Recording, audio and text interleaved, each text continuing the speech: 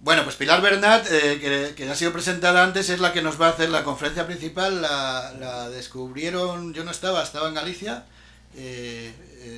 cuando le dieron el premio Vodafone y ya rápidamente supo que Juan Carlos y Federico la abordarían y dijeron tú tienes que colaborar con nosotros y no supo decir que no, ni quiso.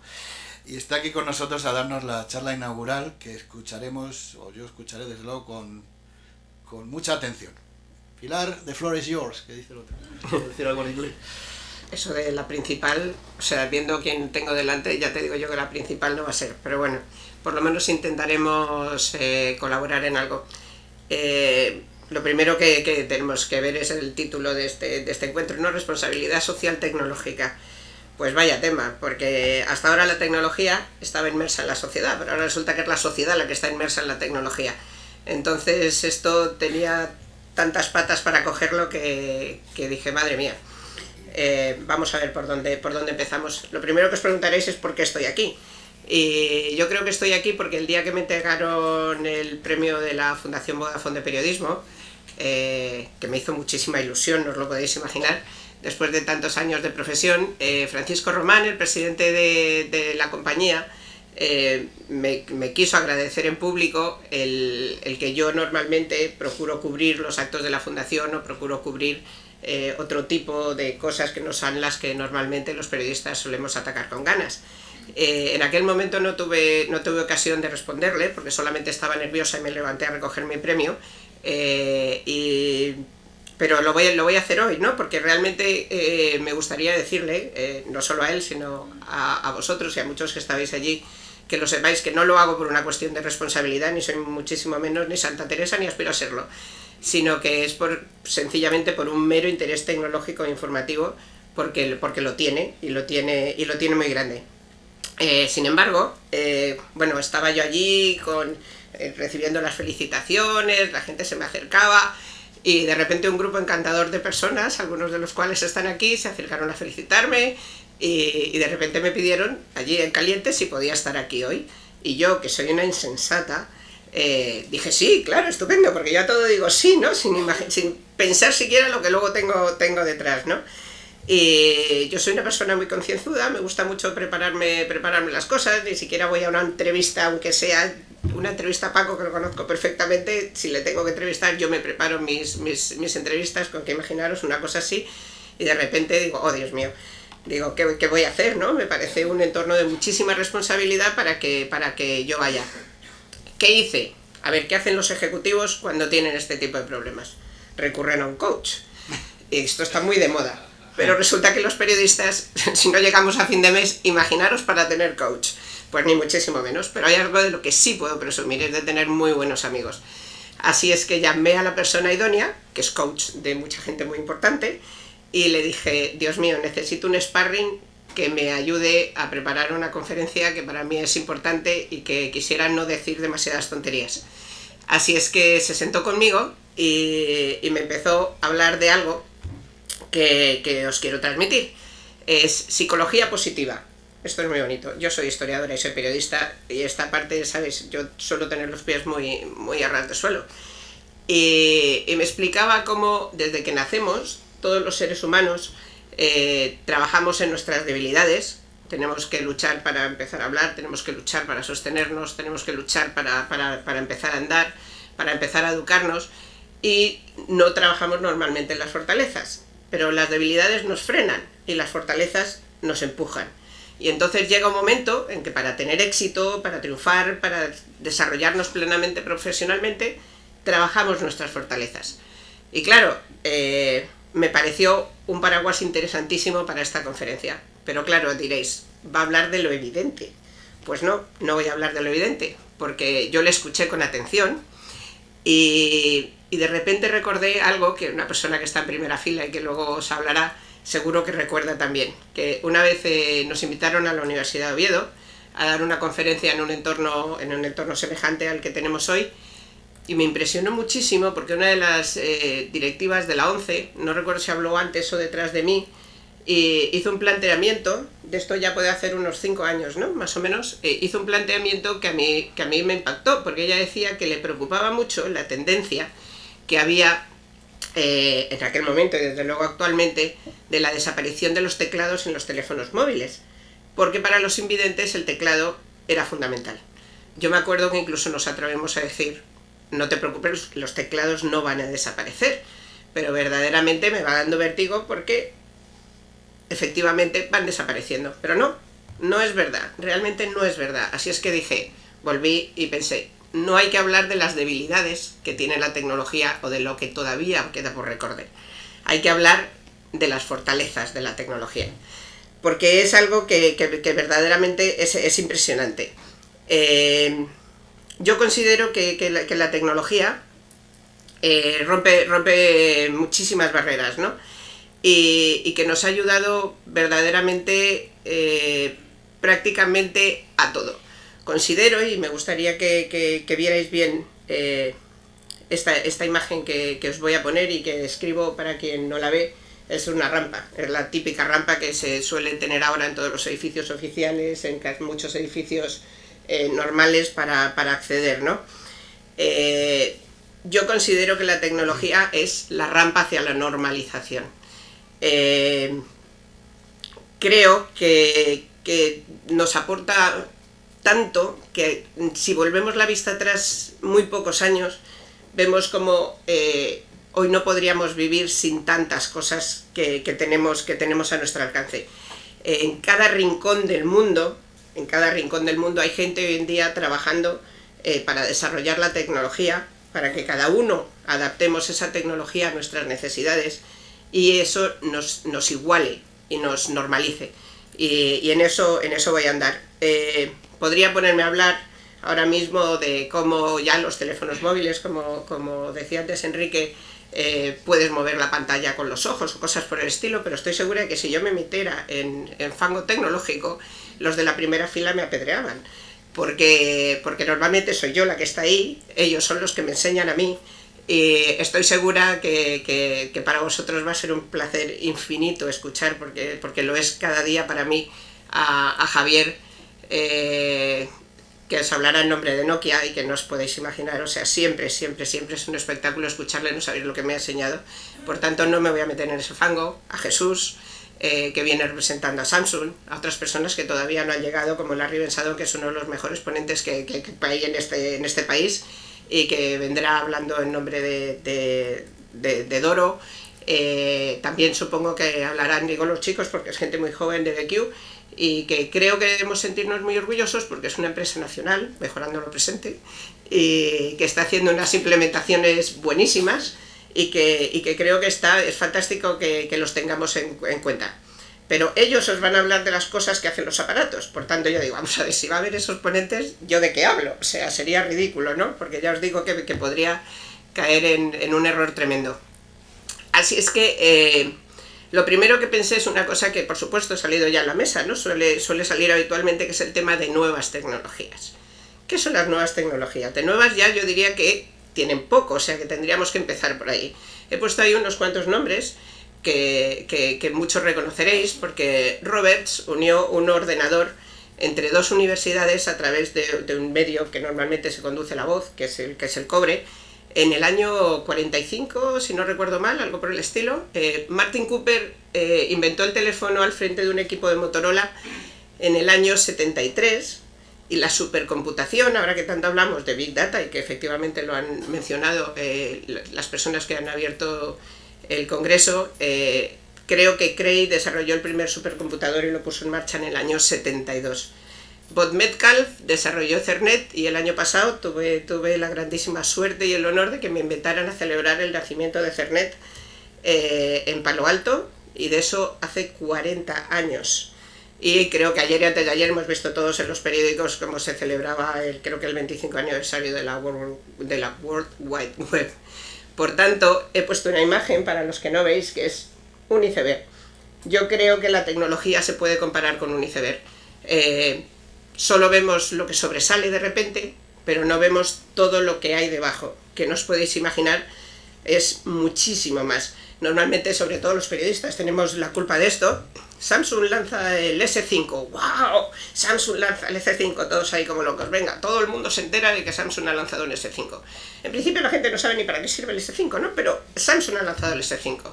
Bueno, ahora mismo los Nokia ya corren aplicaciones de Android. Bueno, polémica donde las haya, sí, no, blanco, negro, discutimos, machacamos a Javi a preguntas, la directora de comunicación me llama que no, Pilar, que has puesto W en el titular y hay que cambiarlo. Bueno, pues muy bien, lo cambiamos. Y todo eso es lo que ve la gente, lo que los periodistas mismos solemos sacar a flote. Pero por debajo hay tanto. Se está trabajando, por supuesto, en Big Data, se está trabajando en los Thinking Things, que será algo tan fundamental para vosotros. Se está trabajando en una sociedad sensorizada, con unos desarrollos impresionantes. Para tener todo eso hay que trabajar en las redes, hay que trabajar en tantas cosas, o sea, que no nos podemos imaginar. Por eso he puesto esa foto, que para quien no me veis describo, se ve un iceberg por encima, pero se ve toda la masa de hielo que hay debajo del agua, que es verdaderamente lo que es la tecnología, mucho más de lo que la gente ve o de lo que los periodistas, por desgracia, os enseñamos. Y ayer estaba escribiendo esta presentación, porque yo todo lo escribo, claro, en el avión, venía de Ámsterdam. Y esto quiero contároslo porque me parece algo muy relevante. O sea, la tecnología está ahí, lo que tenemos que aprender es a utilizarla. Y hay cosas tan elementales que parece mentira que no tengamos, que uno se queda sorprendido cuando alguien los pone en alto. Y ayer estaba en un congreso de comunicaciones críticas, que sé que para vosotros os sonará mucho porque es muy importante, que son aquellas comunicaciones que se mantienen en los momentos de emergencias, en los momentos de emergencias de sanidad, de seguridad, o cualquier tipo de catástrofe, en cualquier momento, esas comunicaciones que deben ser seguras. Pues ayer los grandes talentos de este tema se reunieron en Ámsterdam y estuve allí para escucharles y hablarlos con ellos. Y hubo un señor que hizo un planteamiento que, si no recuerdo mal, era el máximo responsable de Airbus, que decía una cosa que verdaderamente, o sea, quisiera que os sorprendiera tanto como a mí. Decía, muy bien, ahora ya tenemos los datos, bien, el Congreso, entre otras cosas, se celebra para pedirle a los gobiernos que reserven frecuencias de LTE para los sistemas de seguridad, que no se subasten todas las frecuencias a los operadores, sino que haya una reserva para sistemas de emergencia. Y decía, ahora que se pueden recibir los datos, ¿por qué no hacemos en Europa, por qué no se reclama en Europa algo tan fácil como una base de datos donde los ciudadanos voluntariamente entremos y expongamos allí cosas que consideremos relevantes? Quiero decir, me llamo María Pérez, Gran Vía 64, Madrid, soy invidente. O me llamo Juanito Sánchez y tengo 80 años y tengo problemas de movilidad. O soy alérgica a tal cosa, o vivo con un niño pequeño, o cualquier cosa que nosotros consideremos relevante.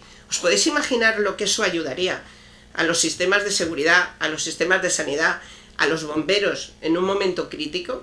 ¿Hay algo más barato que hacer eso y que el Ministerio de Defensa o quien le corresponda a la autoridad competente ponga una base de datos así, voluntaria, donde cada uno digamos, es que es importante que si hay fuego en mi casa, se sepa que yo tengo 90 años y no me puedo mover, o que tengo una discapacidad auditiva y por mucho que me griten, no voy a oír?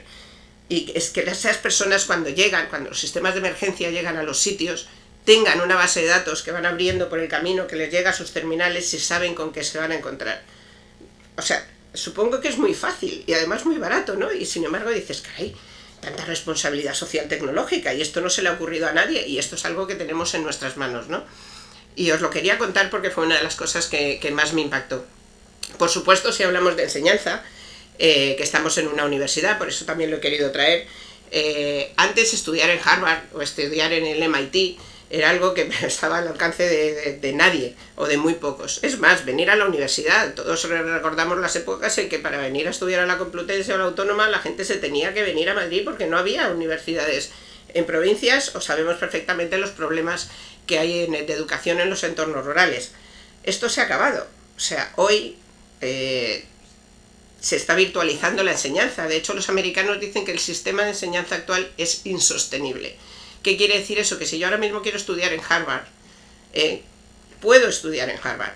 O sea, puedo entrar y, pues, sin ir más lejos, en España el exsecretario de Estado está trabajando en un proyecto maravilloso que es el CSEP, que es la Universidad Virtual Española, y que está en consonancia con la edX americana, y eso quiere decir que nosotros, a través de una cosa que los americanos llaman MOOCs, todos podemos estudiar allá donde queramos desde nuestras casas y obtener titulaciones que por supuesto nunca estuvieron a nuestro alcance. Os estoy hablando del nivel más alto, pero podemos bajar a cualquier nivel. Sencillamente yo creo que falta mucha información en ese aspecto. Y creo que eso también es muy de responsabilidad tecnológica. No importa las condiciones en las que estemos. Hay mucha gente que a lo mejor quiere estudiar a los 30, 40 años y considera, bueno, ¿qué voy a hacer yo en la universidad a estas alturas? Es ridículo. Y sin embargo, ahora la virtualización de la enseñanza les va a poder permitir hacerlo. De nuevo, una rampa hacia la normalidad. Un tema absolutamente igualatorio. El trabajo. Pues os diré que en el mundo entero se está trabajando en el desarrollo de algo fantástico, que es el trabajo colaborativo. Yo tenía un amigo que decía que siempre hay dos mentes en el mundo pensando al mismo tiempo en la misma cosa. Pues imaginaros si esas dos mentes encima pueden trabajar de forma común, empujando en la misma dirección, en la fortaleza, no en la debilidad de la distancia o de no conocerse o de no poder contactar, sino en la fortaleza de utilizar la tecnología para que personas que tienen conocimientos o inquietudes comunes puedan trabajar en ello. Os podría decir, por ejemplo, que la London Business School, la Universidad de Cambridge y empresas como BT están poniendo todo su esfuerzo en eso. Porque sí, es muy bonito tener a la gente delante, pero porque las personas estén delante de ti no quiere decir que rindan más. Bueno, no os quiero decir, yo soy la peor jefa del mundo. Cuando yo llego a la oficina es cuando no se trabaja, porque es cuando tomamos café, charlamos y cotilleamos sobre lo que ha pasado sobre todos los viajes. O sea, un desastre. Por tanto, sí, sin embargo, ¿dónde rindo? En mi casa, que es cuando me quedo encerrada y me pongo a estudiar ahí a estudiar y a escribir como una máquina. Por tanto, creo que es importante. He puesto una frase que me vais a permitir que lea textualmente, porque la dijo Bill Gates el verano pasado, y decía: las grandes cantidades de datos y su fácil acceso, la potente computación en la nube y los avances en software deberían permitir que los asistentes personales entendieran lo que los humanos entendieran lo que hacen los humanos, para así poder colaborar o ayudarles activamente. Imaginaros lo que esto significa. O sea, Microsoft está trabajando muchísimo en el desarrollo de los asistentes personales tecnológicos. Esos solo son algunos ejemplos de cómo tenemos que ir mucho más allá de los aparatitos, y que por supuesto, fijaros, para mí son lo más importante, claro, pero hay un mundo por detrás, un mundo tecnológico en el que se está trabajando, que nos está facilitando el acceso a la normalidad. Pero creo, si no recuerdo mal mi memoria de historiadora, que fue Leonardo da Vinci el que dijo que la experiencia es mucho mejor que la guía, que las palabras de otro, ¿no? En este caso son mis palabras, y yo creo que mis palabras hoy terminaréis y dirá: mira, esta tía no tenía ni idea de nada, pero ha estado aquí dándonos una charlita, y yo no quiero que sea así. Yo creo que está a nuestro alcance aprender, y que la experiencia es a través de lo que debemos aprender. La inquietud, yo necesito esto, vamos a ver qué hay para esto, me apetece hacer esto, quiero poner esto en mis manos, y creo que esa es la mejor manera de aprender, es llegar a ello a través de nuestra propia experiencia. Y descubrir, yo se lo digo siempre a mis alumnos. Y yo considero, antes decía Enrique, él presume siempre de su discapacidad, ¿no? Y yo quiero decirle algo: todos los seres humanos tenemos alguna discapacidad. Unas son más visibles que otras, a veces las que no se ven son mucho más duras, pero todos tenemos una discapacidad.